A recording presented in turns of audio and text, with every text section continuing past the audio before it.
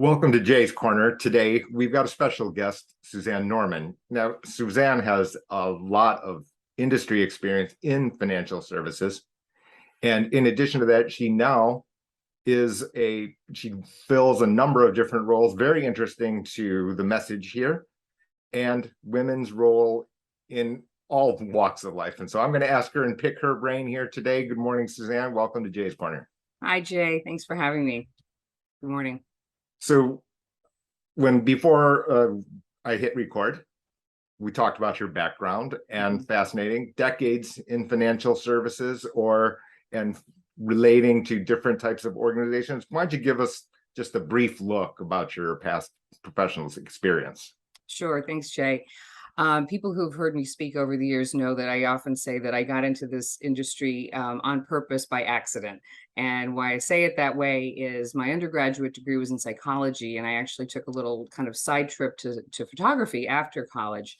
But what I was looking for when I moved out to San Francisco is some income stability. And having always been a worker bee, and just knowing that, I have to have income flow versus just sort of bringing my photography book around.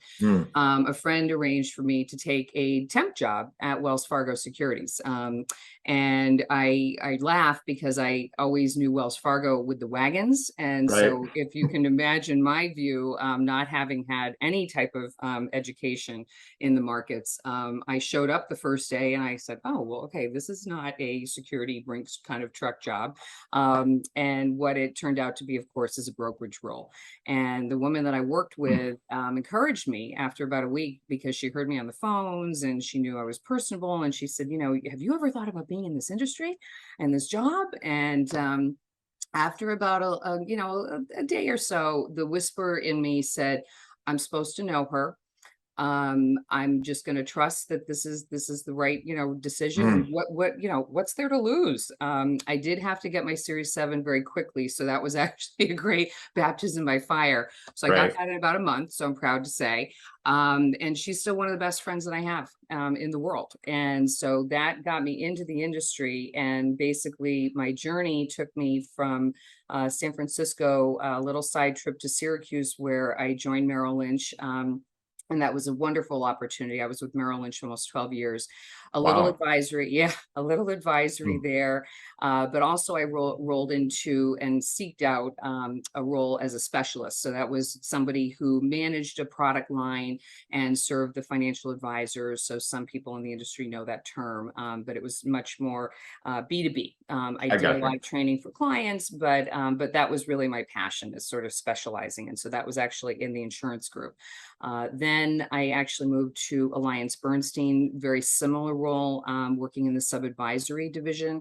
So we had institutional clients also serving the insurance needs. And then my final career job for almost 9 years was at Milliman.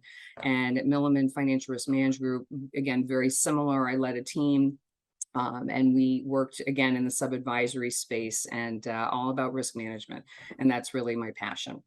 Everyday people have heard the first couple, right? Wells certainly, and Merrill, AllianceBernstein to some degree, but Milliman is not well known to the everyday person. Very technical firm, based, if you will, probability and statistics driven firm. Yeah.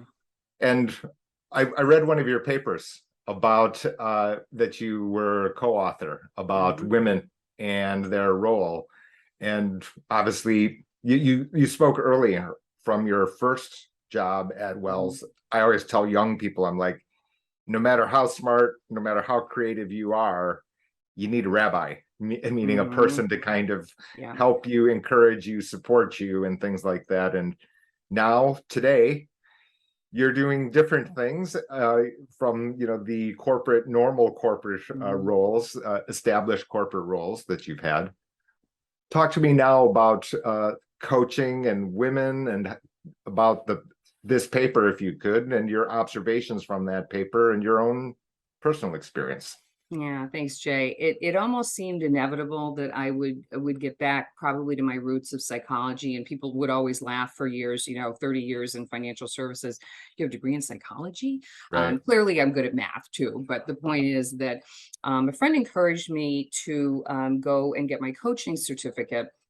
And growing up with a feminist mother in a very, in the, 70s, let's say, women's rights, that was, oh, I was swimming in it. And I also went to a women's college. So women's empowerment and, the friendships that I've made, the female tribes, you talk about rabbi, so my friend is Margarita Perry, and she's one of my major rabbis in life. She's, 40-year practitioner. But what I really recognized with getting that coaching certificate was that there's a way for me to kind of take, my life experience and, Mm, having a right. lived experience as a woman in financial services, Absolutely.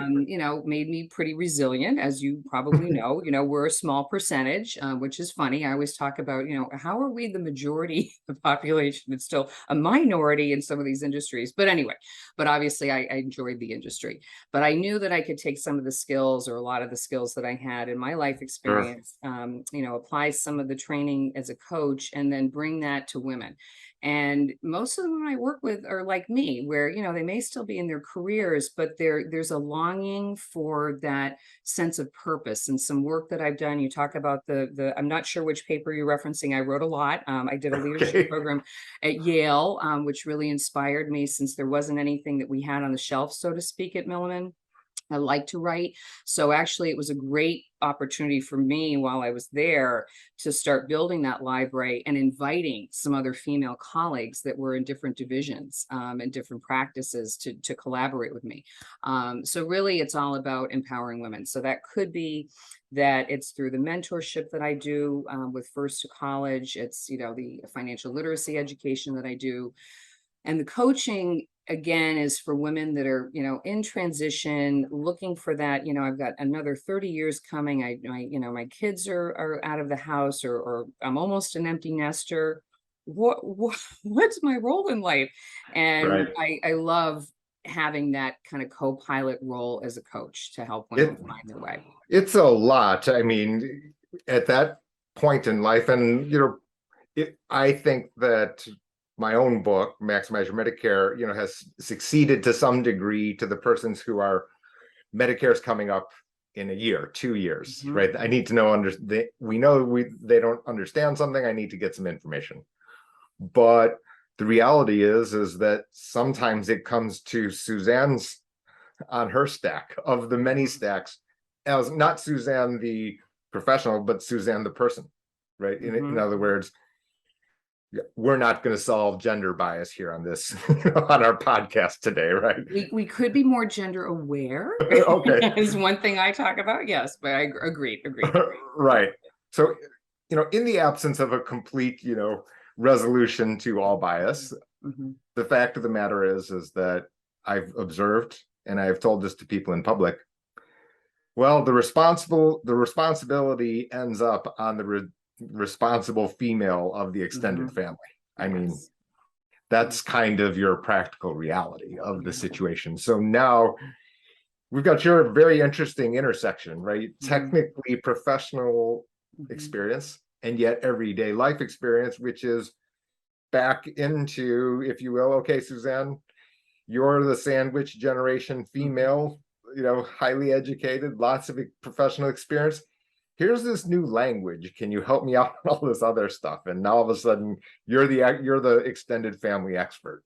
Yeah. Talk about the layers of Mhm. you know stress that adds. I mean, it's got to be stressful. You've got these different responsibilities Mhm. put on your desk, whether you wanted it or not. Yeah, yeah.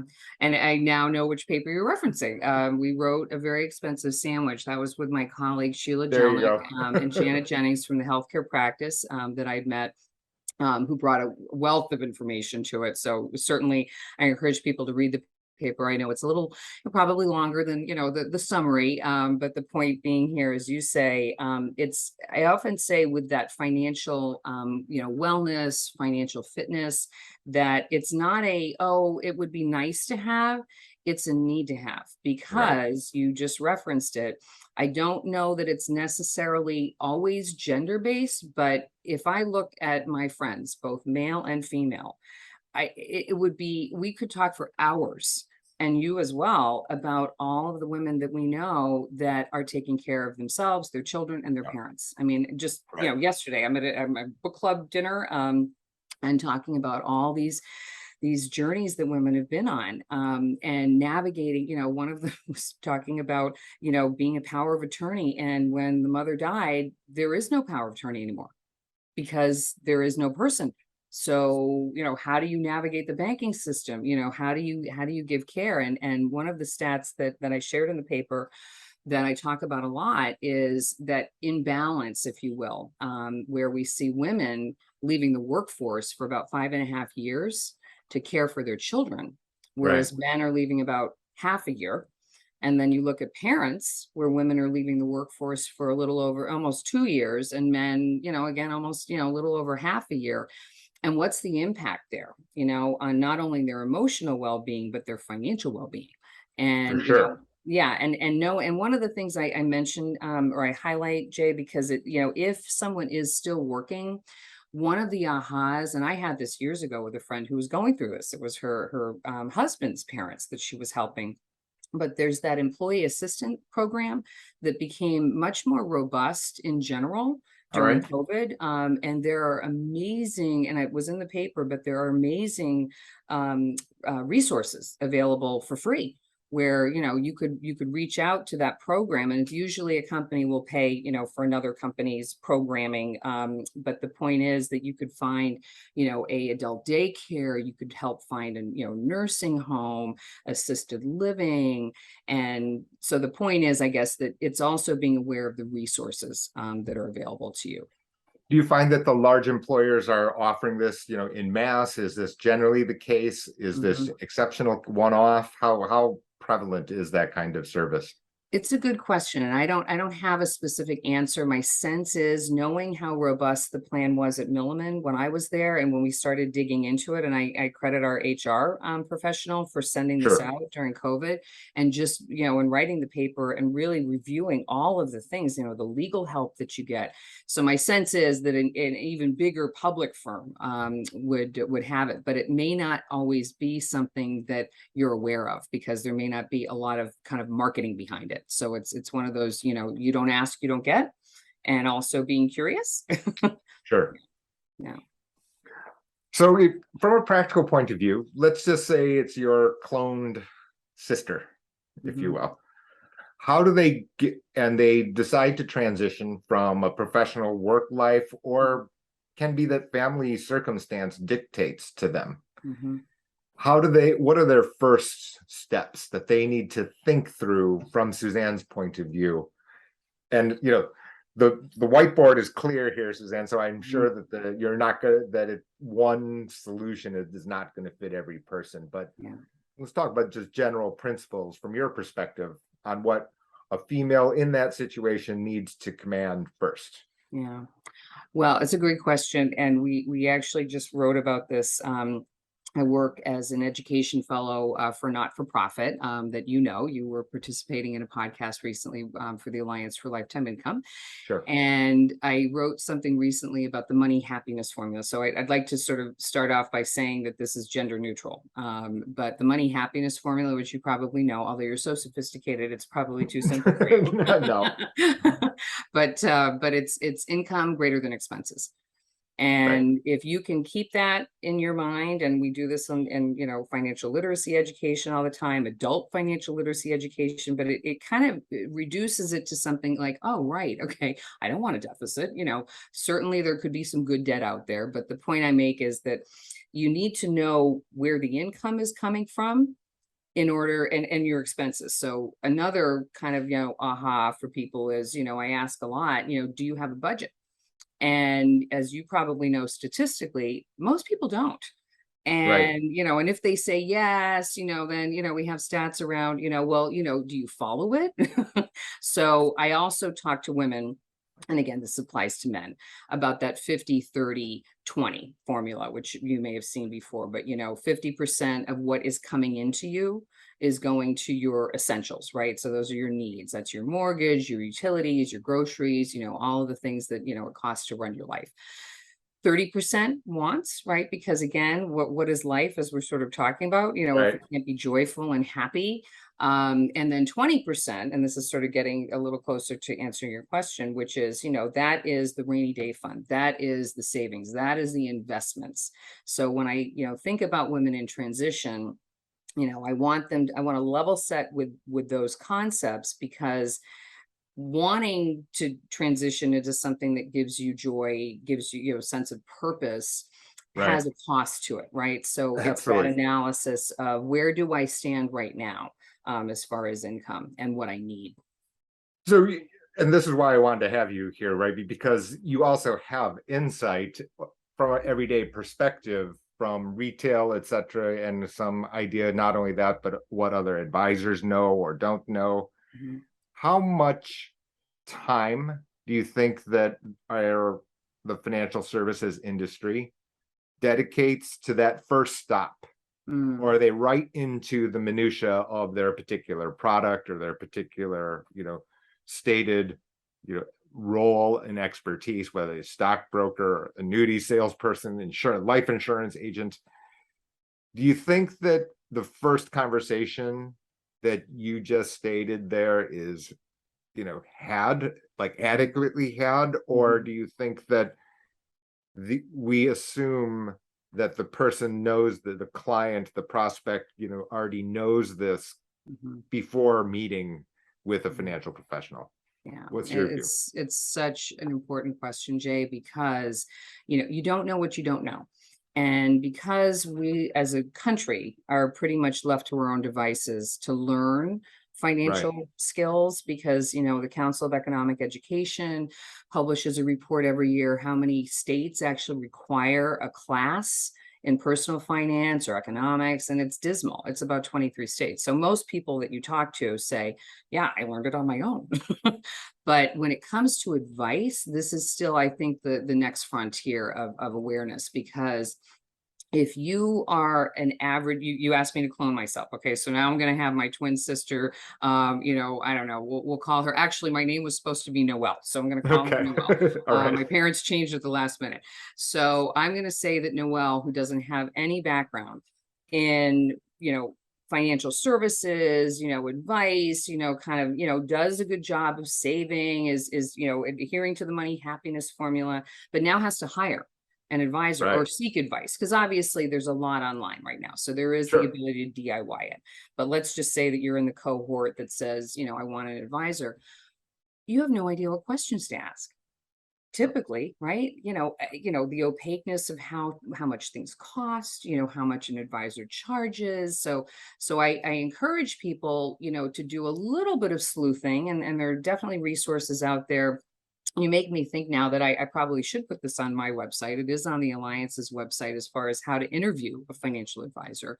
But I do think that, coming to your question about, let's say that I'm ready to start interviewing. I have the questions. I know how to ask. What got you into the business? I've done a background check on you. I know that you don't have a lot of, hopefully none, but there aren't any customer complaints, because that's of course public information.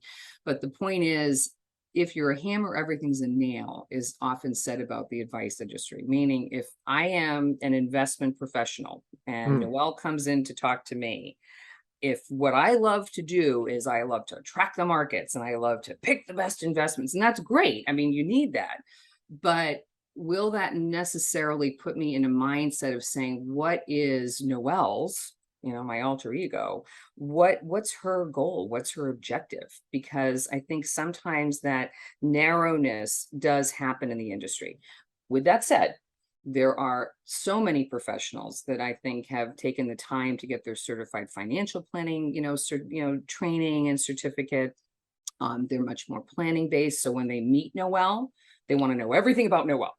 But I do see those two camps, maybe that certified financial planner or planning based financial advisor as still being a little smaller in the industry, because if you look at the stats, and I'm sure you have, reports tend to still say that less than 10% of the retail financial client is actually doing a formal plan.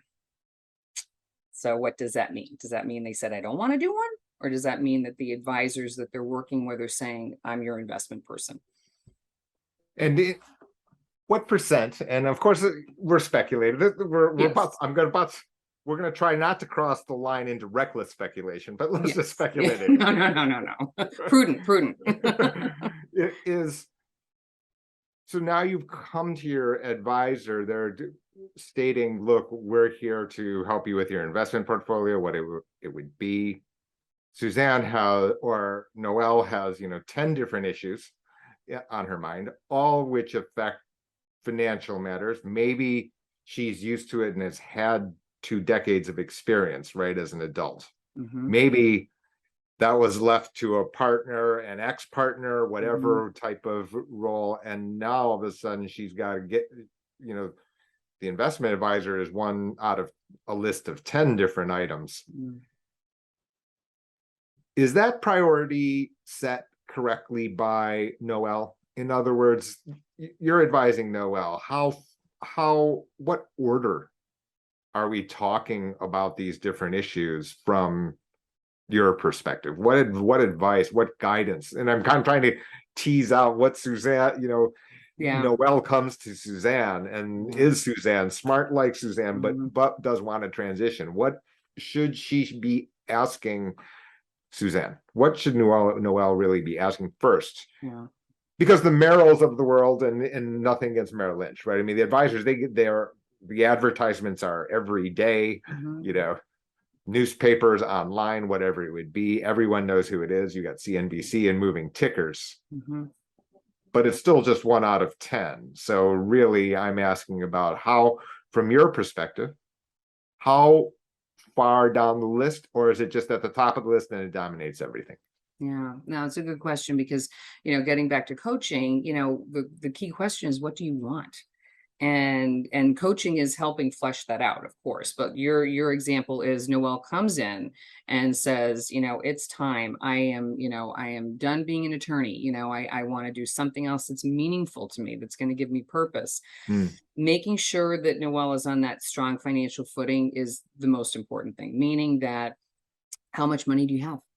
And let's do a projection. Now, I think we can start with a Monte Carlo, and again, not loving that language that we've applied in the industry for that kind of, probability. And I know you're a probability guy, but that probability based, forward look into the future, what are the odds with, my asset, investment level, with the income that I may or may not have? Because again, let's say you're like me, you're making this transition pivot before 65, the classic kind of, I'm 56, almost 57, hence the Noelle. I'm a holiday child. But the point is, running those numbers so that Noelle can see, you have X amount of money, which depending on when you want to draw it, which you might want to draw an income from your investments. You might want to take the principal, or excuse me, maybe not principal, but you might want to take the interest, the dividends, systematic withdrawal, whatever. But, how much money do you have? And what's your lifestyle need? And what, because if that shift that women are looking to make has income potential, what will that income look like, so that you actually are able to sustain your lifestyle? So I guess the bottom line I always say is, we need to know all the numbers, right? How much money do you have? How much do you think you could make in this transition? It could be that you've accumulated enough wealth that you could just be a volunteer. You could do anything, right? Nice. But I don't know. Yeah, nice, right? The average American isn't in that position, right? So I think you know what, Jay, it's a reality check conversation, right? Because again, there's a lot of wishing that happens in life, and certainly money. But I think the role of a good financial professional is, being that truth teller and having the reality check. And now we are here today. If we not fast forward, this has always been the case, but the numbers are now enormous, right? 15%, something like that, just as a general healthcare, go to healthcare costs out of your Mhm. 100, Mhm. right, Mhm. in national GDP. So I ask guests very frequently, underrated, overrated, properly rated, as far as people's knowledge and awareness of how big that number is and how much it affects their financial plan amongst Mhm. this list of 10. Yeah, So in your opinion, is the information that we have delivered to people good, bad, or terrible? I mean, is really, yeah, adequate? I'm gonna say What's your bad. scale? Yeah, I mean, I feel bad say I would hate to say terrible, but it's between the two, only because back to awareness, right? Because the modern financial advisory industry, right, that's grown, considerably, obviously, since ERISA, and having much more participation Right. in investing Sure. markets. But the point is that healthcare was always sort of a purview of someone else, right? It wasn't Right. necessarily something that a financial advisor, that's the stocks and bonds person, right? So the awareness, I think, is dismal. And I think the industry is doing a much better job. The challenge is that, as you just made a comment with percentages, and I always like to bring it to dollars, right? Because dollars really tell Sure. the Absolutely. story. And you'll know the number far better than I will as far as what that healthcare spending looks like as far as our GDP. But I'll bring it down to a number that we used in our paper, on that expensive sandwich, which was that a 45-year-old woman retiring at 65 could expect to spend out of pocket on average $265,000. And so I let that sit with people sometimes. It's daunting, right? Because It is. 206 out of pocket. Wait, I have Medicare. I bought Medigap. I have Medicare Advantage. Whatever plan you opt for. Getting old can be expensive. And for women in particular, and I should say that that number obviously is an estimate, right? It's, Sure. Of course. averages, but Average. Yep. but I will note that because we live longer and we do Right. tend to have more complicated systems with, reproductive, issues, whatnot, it can be more expensive for us than men, to age. Do you think that we are doing a good job? And I put me, so I'm throwing a rock at myself, or a mud ball at myself, are doing a good job of helping people understand this earlier, because by the time that they've gotten to, Noel's age, right, a fair amount of information has been ingrained. They've been educated or, not educated, whichever it may Mhm, be, put mhm. off perhaps. Is it too late at that point in time? Or, how early, I guess my real question is how do we jumpstart Noel's knowledge base? Yeah. This first Well, conversation will do it, or are there other steps? Well, it's interesting tying together something we talked about a little bit ago, and that is that lived experience of being in the sandwich generation. So, in the case of Noah, which by the way, I should confess, one of my best friends is named Noel.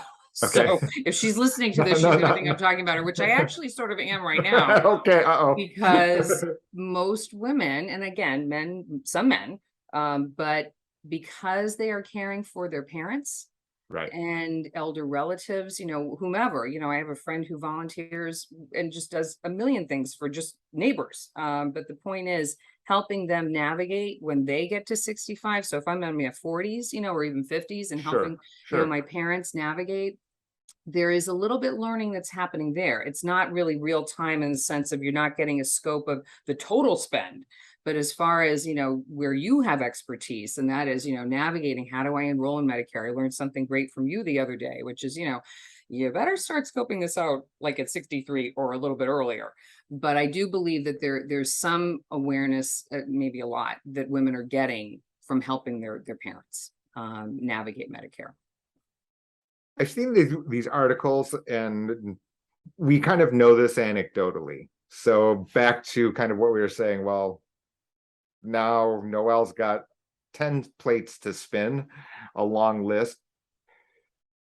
How much of the time, or are there different roles, different thoughts, different process? A person has to stop working because family, women particularly, right? Taking care of senior Mhm. parents-in-law, whatever it would be, extended family member, they have to stop working. Yep, And now unpaid. and then they have to question, okay, am I going to go back to work? Am I going to have Mhm. to stay here, not working, or how am I going to balance? How's this stuff going to work? Yeah. Is this also well flushed out? Or why don't you give your perspective on what a woman and extended family can do? Because everyone's getting older, ourselves included.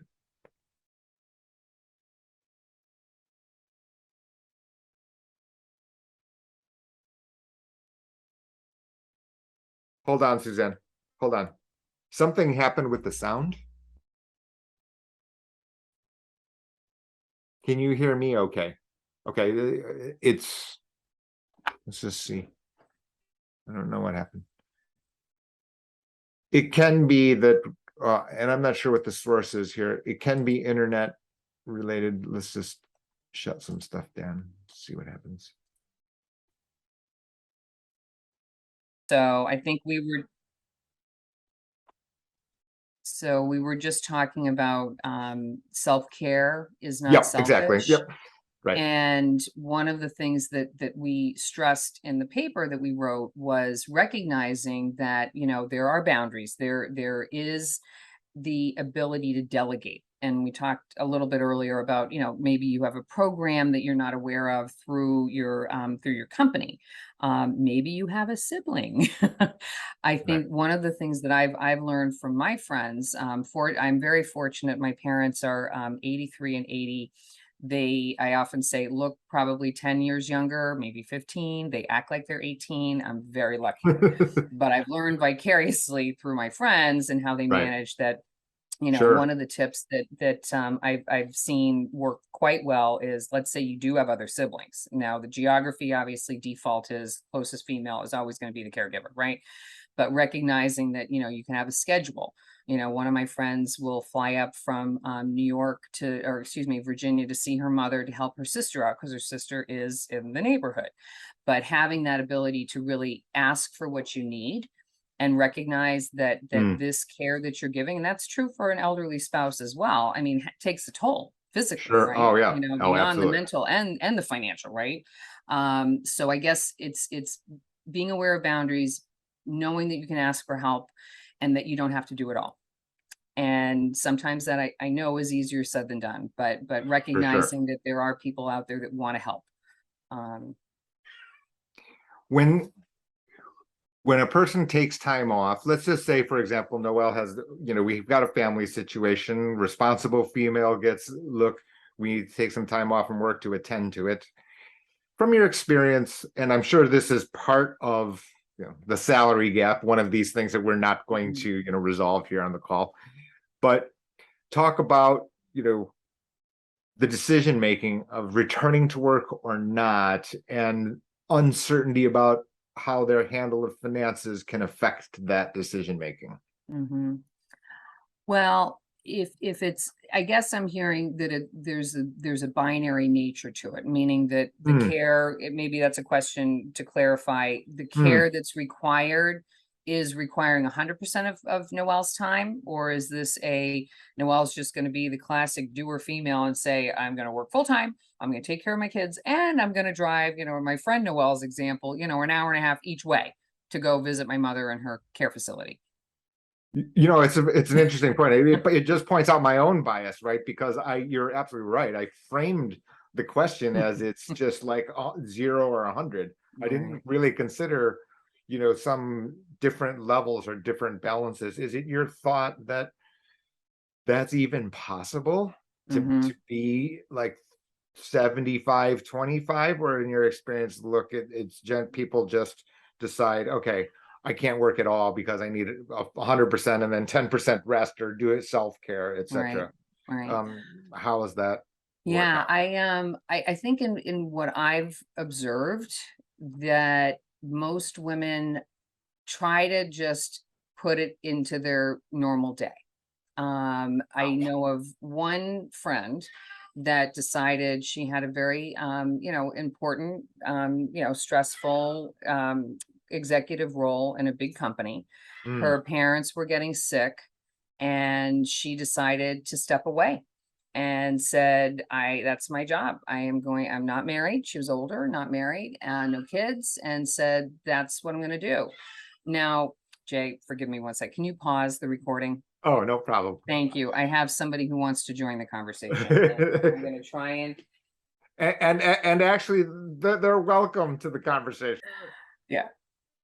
It Okay. was paused. So she had decided that was, it was in getting back to coaching and values, right? So her Yes. value system said, this is my role. I can do this.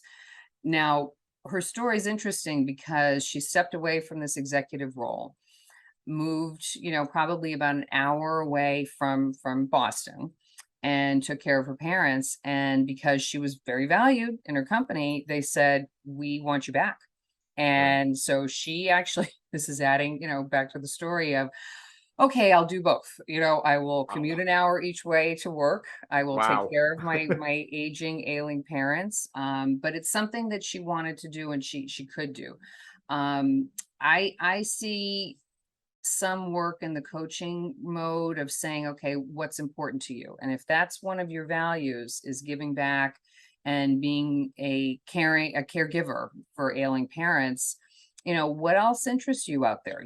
Because could you take a part-time job? I mean, if that becomes your full-time job, but you still want to be engaged and earn some income, which I would say in some, family situations, if the parents have, accumulated a significant amount of wealth, you can be paid for care. I have Interesting. another friend whose sister did Right. that, where the trust would pay her.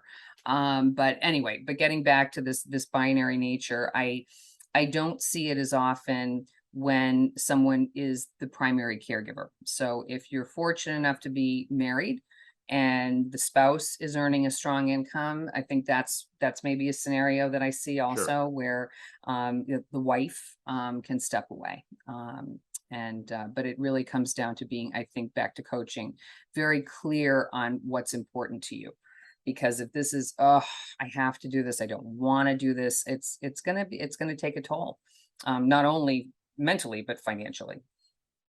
And that's what kind of why I was asked that question in that way, is that part of that can be financial uncertainty, then kind of driving then a decision that may not have been what in line necessarily with their values or whatever they think that they should do or want to do, if you will, Mhm. and then shifting, their decision, and back to your taking, honest stock of where you stand. Where is the money? Where is it going?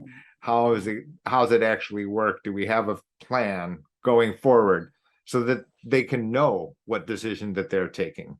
I mean, your friend is an exception, right? I mean, high powered, highly Mhm. accomplishment, highly achievement, Mhm. and obviously high valued employee. So as a result, they want, so we'll figure Yeah, out the middle ground. exactly. That's not, We'll figure it out. most employee. I mean, Yeah. most everyday persons, don't have that luxury, unfortunately. And while there can be, changes and evolutions to the employment, situation, Mhm.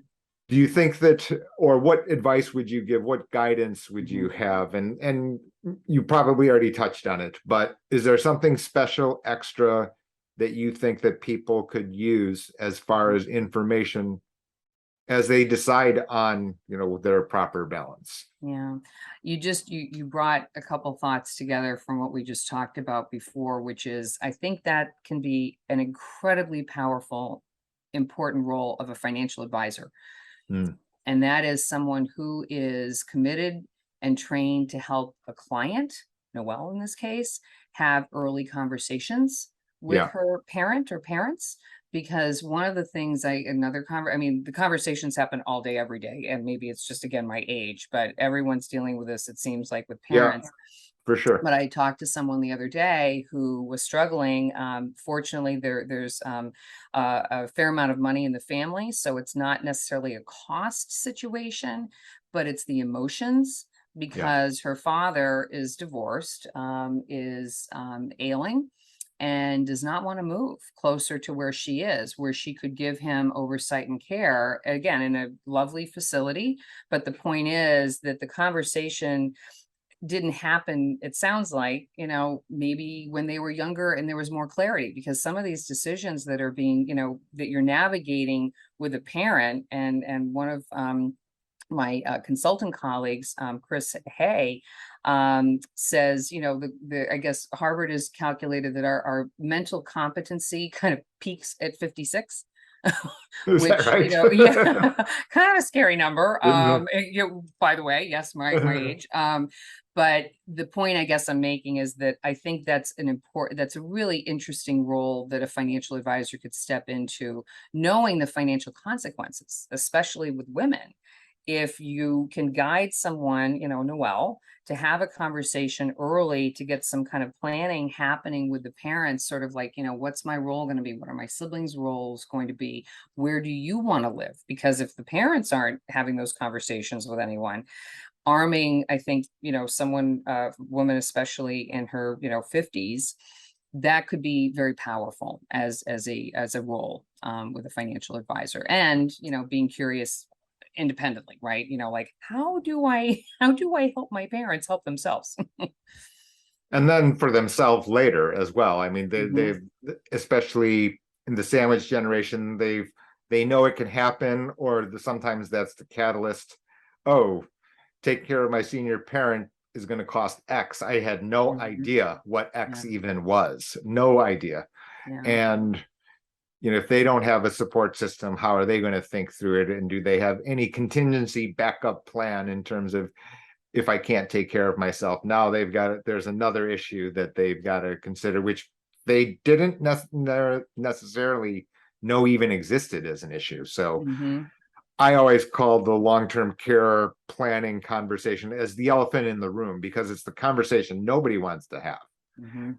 I mean, because you don't want to face your own mortality, much Mhm. less that your parents would possibly not be there any longer, or just not in the state. And then how do you talk to your people around you? Okay, what are we going Mhm. to actually do? Because it's Yeah. nice to say, well, my family, we're all going to pitch in, Mhm. or we're all going to make it work, and things Yeah. like that. But then you ask, I've had this conversation, okay, well, that's great, now tell me, how's that going to work? Yeah, And then yeah, and write then it always down. Let's write a business plan, right? I mean, because that's it. Again, it's up here, and unless it's written down, whether it's through a formal financial plan or like you're saying, just having those conversations and saying, okay, we're documenting this. This is the plan. But you just flagged something, Jay, which I'm assuming whoever is listening knows this, but just again, Medicare doesn't cover long-term care. And no especially doubt. for women who tend to claim more. It's in our, we wrote this in our paper as well, but women, have longer stays, there are more claims, we live longer, and not having that conversation about where you want to live. Because again, this, most people say, I want to live in my house. Right, of And what's course, that look like if you're living 500 miles away, 1,000 miles away from for someone who sure. has some oversight? Yeah. It is, and even person with our background, right? You would think, okay, well, the conversation's easier for me to have because I have this background and I have all this different experience, et cetera, and know what the cost ramifications. That doesn't make it any more pleasant, Mm-hmm. or a conversation. So Yeah. it's so interesting that someone, and without putting myself in your shoes, I mean, this based on your professional work, the Mhm. research you've done, the papers you've Mhm. written.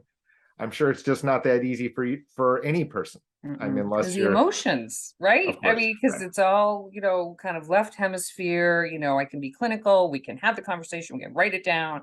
But, I mean, the worst or most extreme example in this is someone was talking about this just the other day of, having that healthcare proxy, and I was curious because the person that had been picked was a friend, mm, because the person who is ailing knew that the husband wouldn't be able to pull the plug. right, So these are, I guess I'm, using an extreme example here, but it just sure. No, gets to the I do it all the emotions time. around mortality, and people, Yeah, yeah, people are not comfortable with this, even, though I think our awareness has been raised a lot through the pandemic.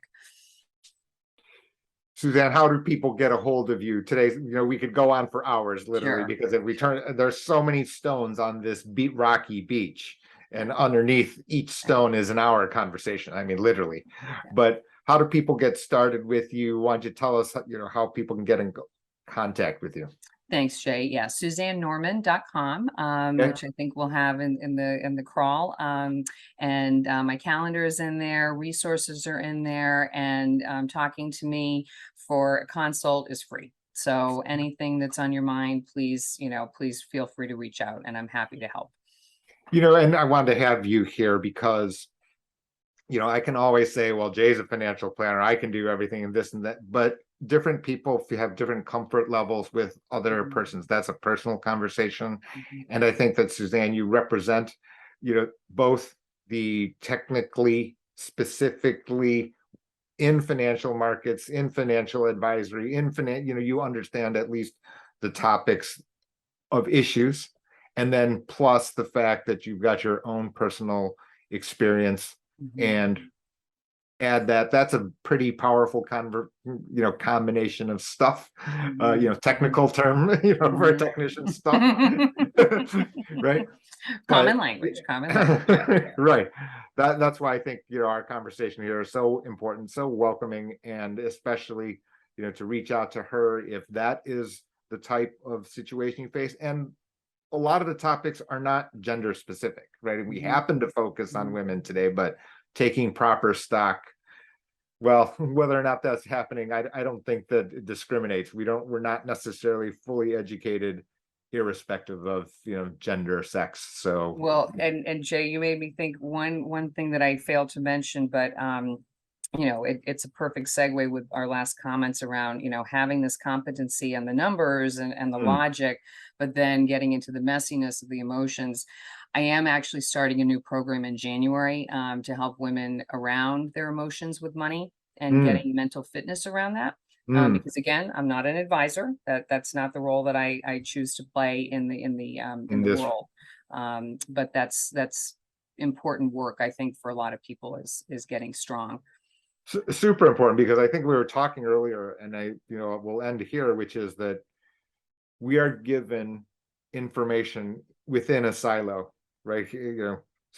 Invest for the long term, life insurance for security, annuities for for lifetime income, but the interactions, and then there's you overlaying how you can manage what is important to you in order so that you can set a priority list for these different topics, people being hit from every direction. But your point about the emotions, so important, and we'll look forward to that. And yes, any place that our conversation is going to be shared, we'll be sharing your links as widespread as we possibly can. So Thanks, Jay.